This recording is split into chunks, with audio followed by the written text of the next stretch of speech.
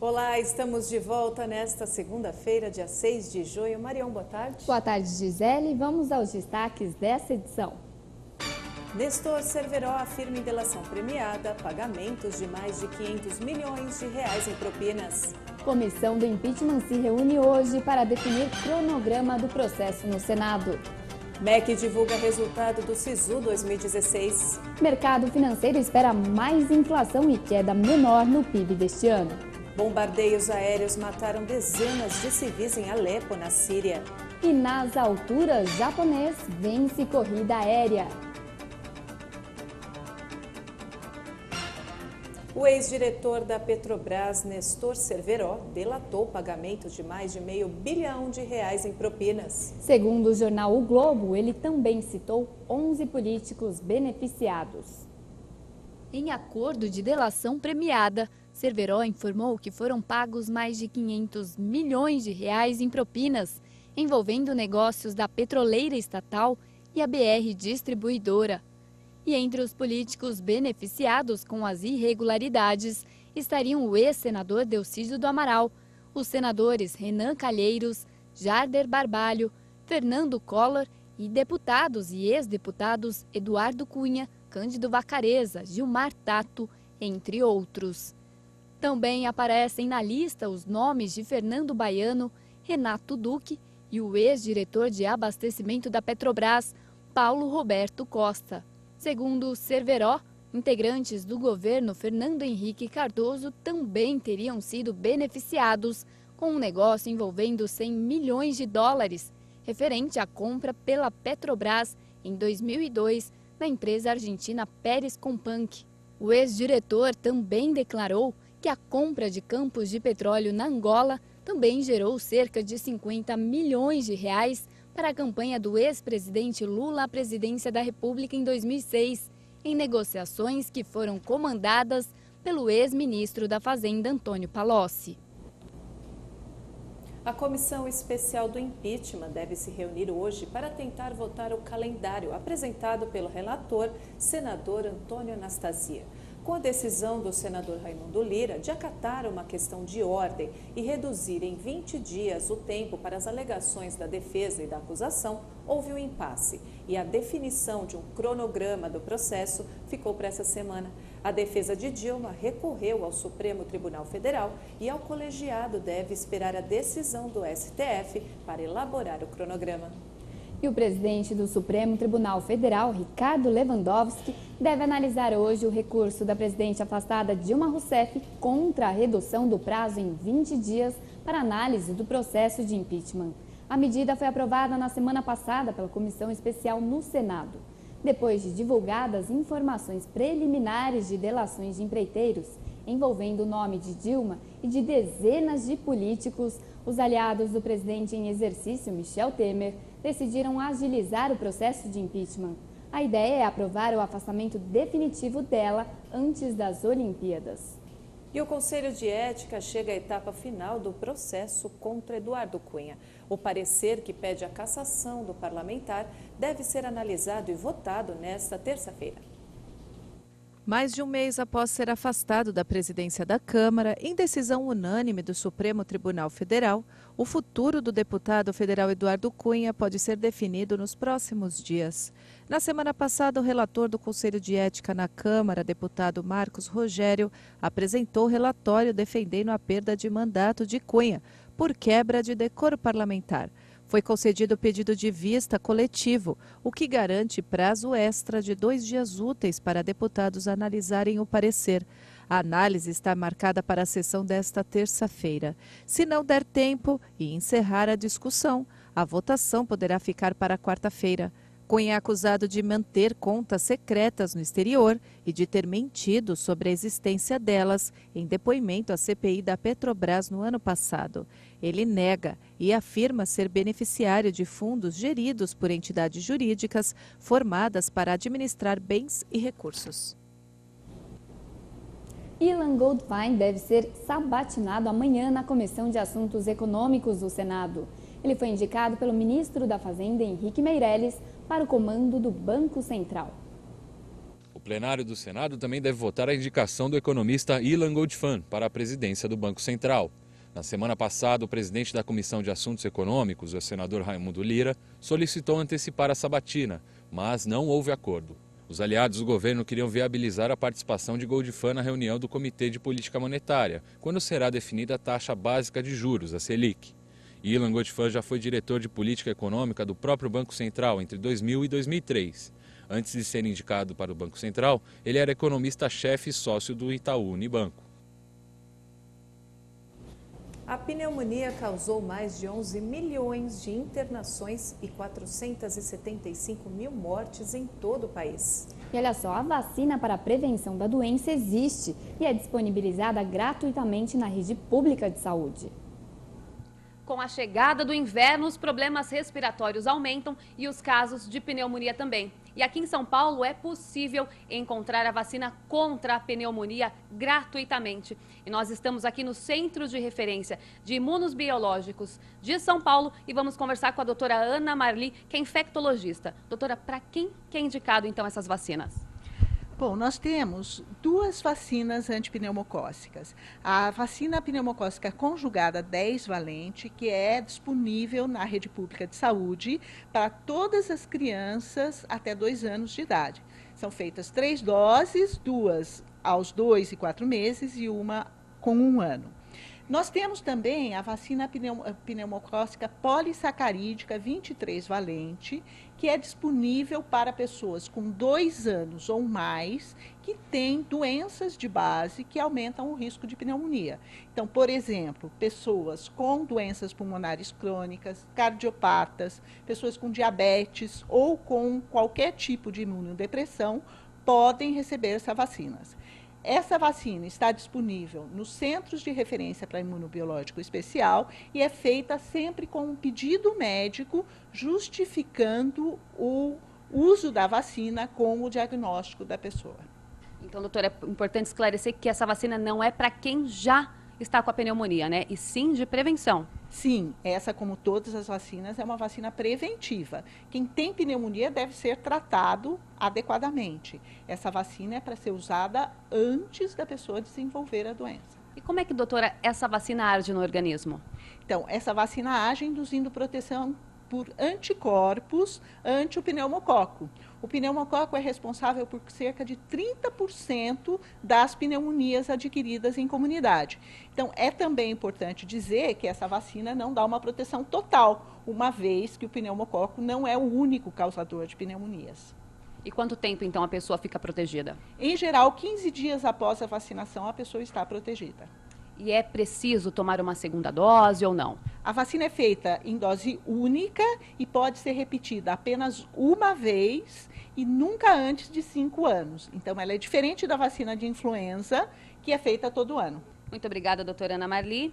A vacina está disponível durante todo o ano nos centros de referência. Fora aqui do Hospital das Clínicas, são mais 49 pontos espalhados por todo o país. Cíntia Venâncio, de São Paulo. E agora vamos aos destaques econômicos de hoje.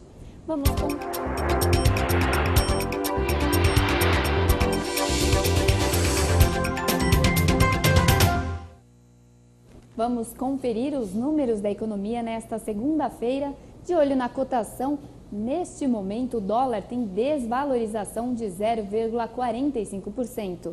Está cotado a R$ 3,50. O euro tem queda de 0,51%, cotado a R$ 3,98. Já a Bolsa de Valores opera em alta de 0,15%, aos 50.696 pontos.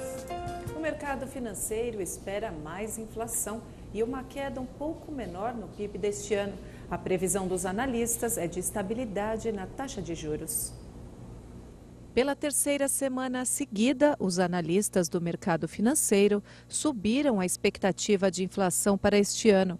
A previsão para o Índice Nacional de Preços ao Consumidor Amplo passou de 0,6% para 7,12%. Já para o Produto Interno Bruto, A estimativa é uma contração de 3,78% contra a anterior, de um encolhimento de 3,81% em 2016.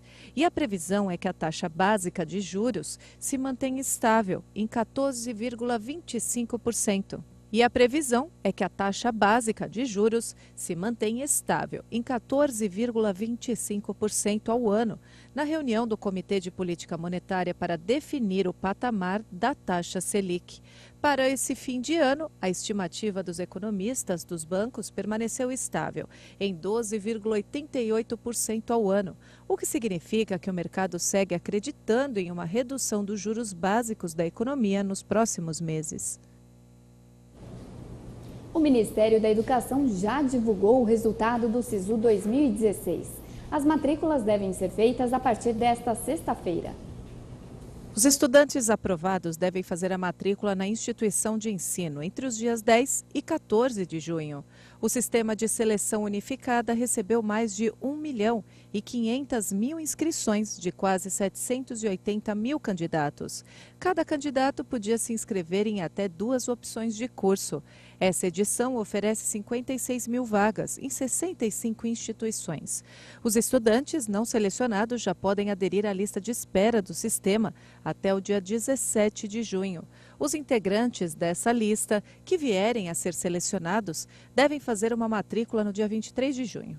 O SISU é o meio para selecionar novos estudantes de cursos de graduação de universidades federais e institutos tecnológicos de ensino superior. Há ainda instituições estaduais e municipais que aderem ao processo. O sistema usa as notas do Enem para determinar quais candidatos terão direito às vagas. E chegou a hora do futebol. O fim de semana foi agitado para as seleções envolvidas com a Copa América. Vamos aos resultados da competição que começou na última sexta-feira. Os donos da casa, Estados Unidos, perderam para a Colômbia por 2-0. No sábado, Costa Rica e Paraguai ficaram no 0-0. O Haiti perdeu para o Peru por 1-0. E o Brasil e o Equador não alteraram o placar, 0-0. Ontem, a Jamaica perdeu para a Venezuela por 1-0. E o México fez 3-1 no Uruguai, um jogo bem movimentado. E hoje tem mais, viu? Encerrando essa primeira rodada da fase de grupos, Panamá e Bolívia duelam na Flórida. E Argentina e Chile refazem a última final da competição, agora na cidade de Santa Clara, na Califórnia. Lembrando que só os 2 primeiros colocados de cada grupo se classificam para a próxima fase, as quartas de final, decidida em um jogo único. O Campeonato Brasileiro não parou neste fim de semana. A sexta rodada foi repleta de bons gols, muita coisa boa, viu? Todos os detalhes você confere já já com a equipe do Hit Esportes. E veja a seguir, tornado causa estragos e deixa feridos em Campinas, no interior de São Paulo. E ainda, colisão de trens na Bélgica deixa mortos e dezenas de feridos. Os detalhes em instantes, até já.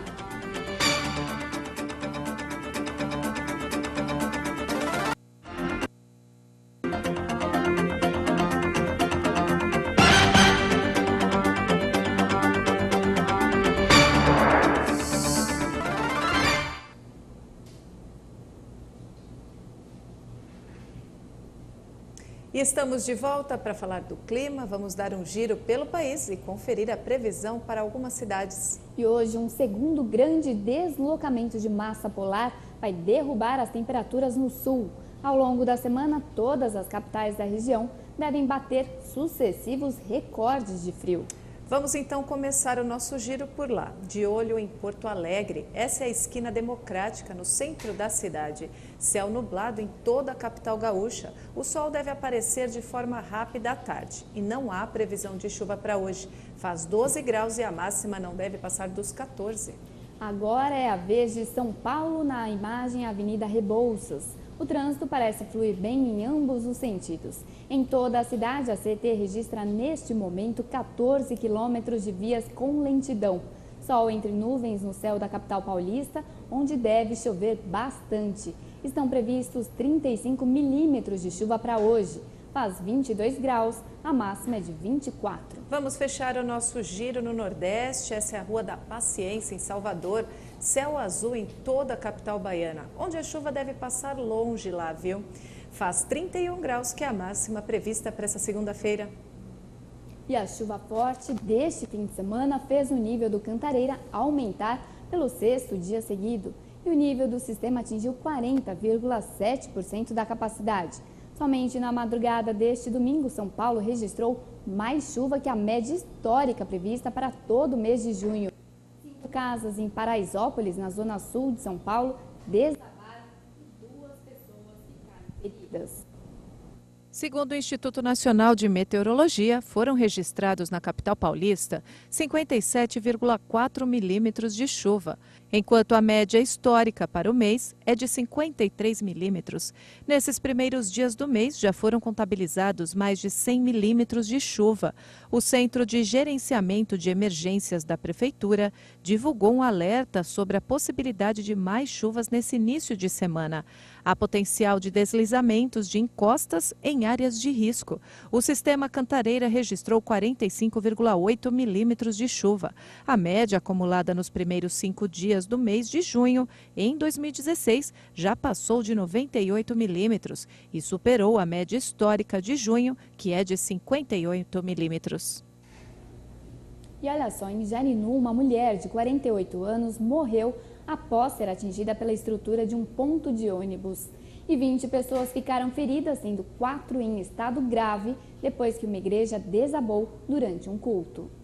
E um tornado atingiu Campinas neste domingo e causou muitos estragos. A cidade do interior paulista também registrou mais de meia hora de raios em sequência. Ao menos 2 pessoas ficaram feridas e houve queda de energia em cerca de 100 mil imóveis.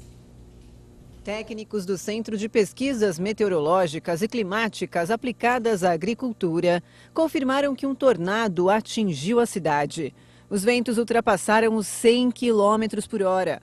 Segundo a prefeitura, também foram registrados muitos raios em sequência por cerca de meia hora. Muitos moradores tiveram suas casas destelhadas e partes destruídas pela ação dos ventos. Eles tiveram que sair e procurar abrigo em casas de parentes. Cerca de 200 homens da Secretaria de Serviços Públicos trabalhavam para remover os entulhos dos estragos causados pelo tornado. Pedaços de ferros retorcidos foram espalhados por quilômetros e placas de trânsito despencaram. E pelo menos 3 pessoas morreram e 9 ficaram feridas na colisão entre 2 trens na Bélgica. O acidente aconteceu na noite deste domingo. O acidente aconteceu na linha que liga Namur a Liege. O trem de passageiros bateu na traseira da composição de mercadorias que circulava na mesma ferrovia em alta velocidade. Com o impacto, 6 vagões descarrilaram, segundo a companhia Infrabel, que administra a infraestrutura ferroviária belga. Em um comunicado, a empresa afirma que a coleta de informações sobre o acidente já começou, mas a prioridade é cuidar das vítimas. A composição de passageiros cruzava a Bélgica de oeste a leste. A agência belga informou que a colisão foi muito violenta e indicou que vários passageiros ficaram presos até a chegada da emergência. Milhares de pessoas tiveram de deixar as casas neste final de semana por causa de um incêndio em uma cidade americana perto de Los Angeles. Várias celebridades moram no local. Cerca de 5.000 pessoas foram evacuadas entre sábado e domingo devido a um incêndio na cidade americana de Calabasas, perto de Los Angeles. A região é famosa por ter moradores ilustres. O fogo no estado da Califórnia começou na tarde de sábado e no dia seguinte apenas 30% do incêndio haviam sido controlados, segundo os bombeiros. Mais de 200 hectares de florestas foram queimados, 2 casas foram atingidas e um edifício comercial destruído. Grande parte dos evacuados já pode voltar para casa, mas as temperaturas de cerca de 30 graus e o vento ameaçam expandir o incêndio. 2 bombeiros ficaram levemente feridos e um terceiro sofreu um problema cardíaco. Várias celebridades moram em Calabasas, entre elas a cantora Jessica Simpson e membros da família de estrelas do reality show Keeping Up with the Kardashians. 14 pessoas morreram e 26 ficaram feridas, entre elas 5 crianças e um bebê, depois que um ônibus escolar caiu em um canal no sudeste da Turquia. O O anúncio foi feito hoje por fontes oficiais. No acidente que aconteceu no domingo à noite, morreram 5 estudantes, um bebê, um professor, o motorista do veículo e 6 pais que acompanhavam as crianças. O ônibus transportava no total 40 pessoas e ia para a cidade de Osmani, onde os estudantes iam visitar um museu. Segundo testemunhas, o ônibus bateu em outro veículo depois de ultrapassar um caminhão e caiu em um canal de irrigação ao lado da estrada. O veículo ficou submerso. O ex-ministro e economista peruano Pedro Paulo Kuczynski lidera a apuração dos votos válidos contra a rival Keiko Fujimori. Foram computados quase 90% das atas eleitorais do segundo turno das eleições presidenciais de domingo no Peru. O Escritório Nacional de Processos Eleitorais divulgou em seu site um último avanço dos resultados eleitorais atualizado. Faltam ainda a serem contabilizados os votos dos estrangeiros. Os resultados finais devem sair provavelmente no fim desta semana. Até o momento, Pedro Paulo Kuczynski lidera a apuração com 50,52% dos votos válidos contra 49,47% de sua rival, Keiko Fujimori. Com a margem de diferença entre os dois é menor do que 2 pontos, as empresas de pesquisas disseram que ainda não podem apontar um vencedor e pediram para esperar até os votos estarem 100% computados. A oposição venezuelana voltou hoje às ruas para exigir um referendo revogatório contra o presidente Nicolás Maduro. O ato acontece no momento em que as autoridades eleitorais estão reunidas para definir se o processo vai avançar. A opositora à mesa da Unidade Democrática convocou uma manifestação em frente à sede do Conselho Nacional Eleitoral, em Caracas e outras cidades. O ato foi convocado após o governo cancelar um evento importante que informaria se a oposição recolheu um mínimo de assinaturas válidas para ativar o referendo. A oposição quer que o processo acelere, porque se o referendo for realizado antes de 2017, quando completa 4 anos de mandato do atual governo, e que Maduro seja derrotado, novas eleições deverão ser convocadas. Bombardeios aéreos mataram dezenas de civis em Alepo, na Síria, neste domingo. Os ataques aconteceram em bairros controlados pelos rebeldes. Pelo menos 23 civis morreram em bombardeios da aviação síria neste domingo em bairros controlados por rebeldes em Alepo, no norte do país. De acordo com a ONG Observatório Sírio dos Direitos Humanos, 9 pessoas morreram no bairro de Katerji em dezenas de bombardeios. A aviação lançou um barril de explosivos, uma arma de destruição denunciada pelas organizações internacionais. Uma rua ficou destruída, provocando cenas de desespero entre os moradores. Outras 2 pessoas morreram em Maissar e várias em outros bairros e nos subúrbios da cidade. Na quinta-feira, após um mês de calma, forças do governo e rebeldes retomaram os bombardeios, deixando dezenas de vítimas. No sábado, a artilharia rebelde matou 24 pessoas nos bairros de Alepo controlados pelo governo. Se você gosta de adrenalina, preste atenção nessa notícia. Um japonês fez história e é o primeiro asiático a vencer a etapa do Mundial de Corrida Aérea, olha só. O cenário é daqueles de encher os olhos. E sabe aquela história de que os japoneses são menos empolgados? Pelo menos por aqui foi bem diferente. Mas toda essa agitação tinha sim um ótimo motivo. Mas claro, só para aqueles bem fortes e que gostam muito de adrenalina.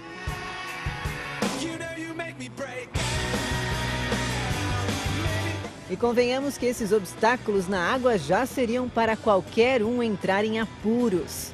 Mas para os competidores era justamente o contrário. As piruetas são espetaculares e as máquinas voadoras passaram por esses obstáculos sem maiores problemas.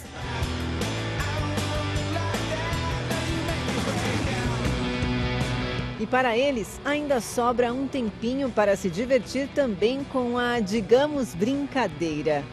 Tudo isso ainda tinha questão de tempo a ser batido por eles. E nessa, o japonês Yoshihide Muroya foi o mais rápido. Achou pouco? Pois bem, o homem voador não cometeu erros. Depois dessa, Muroia recebeu merecidíssimo reconhecimento da plateia e da própria equipe. E depois de tanta ousadia e coragem, ele tinha muitos motivos para comemorar.